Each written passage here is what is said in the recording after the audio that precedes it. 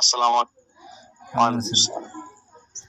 আচ্ছা, যাই হোক, আমরা আপনার সাক্ষাৎকার নিব, তার আগে অনেকজন তো 2 নাম্বারই, এই জন্য বলে দিই। আমি রাকিব মোহাম্মদ সাদ্দাম হুসাইন, আমার পেজ কোরআনিক নিরাময় জিন জাদু।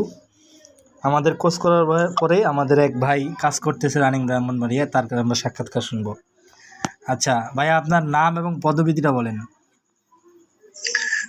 জি, জাযাকাল্লাহ। আমার নাম হচ্ছে হাফেজ মাওলানা মুফতি আমিনুল ইসলাম। আমি একটা মসজিদের খেতাবত এবং 2টা মাদ্রাসা চালাইতেছি। এই হচ্ছে আমার অবস্থান আর কি।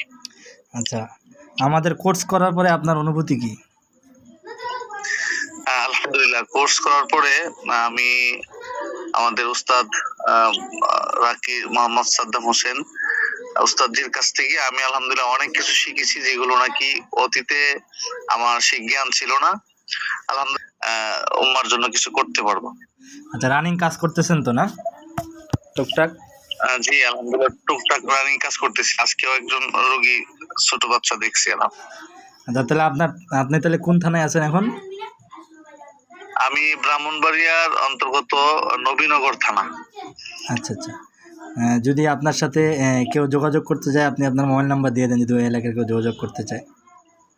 জি, 01406950751। আমি আবার বলছি 01406950751। ঠিক আছে, জাযাকাল্লাহ খায়ের। কাজ করতে থাকেন, আমাদের জন্য দোয়া করবেন ইনশাআল্লাহ। জাযাকাল্লাহ। আমাদের উস্তাদ জিনাক হায়াত কামনা করছি, এবং আল্লাহ তাআলা যেন সকলকে অনিষ্টতা, জিন এবং মানুষের অনিষ্টতা থেকে সকলকে যেন হেফাজত করে। আল্লাহুম্মা আমিন। আমিন।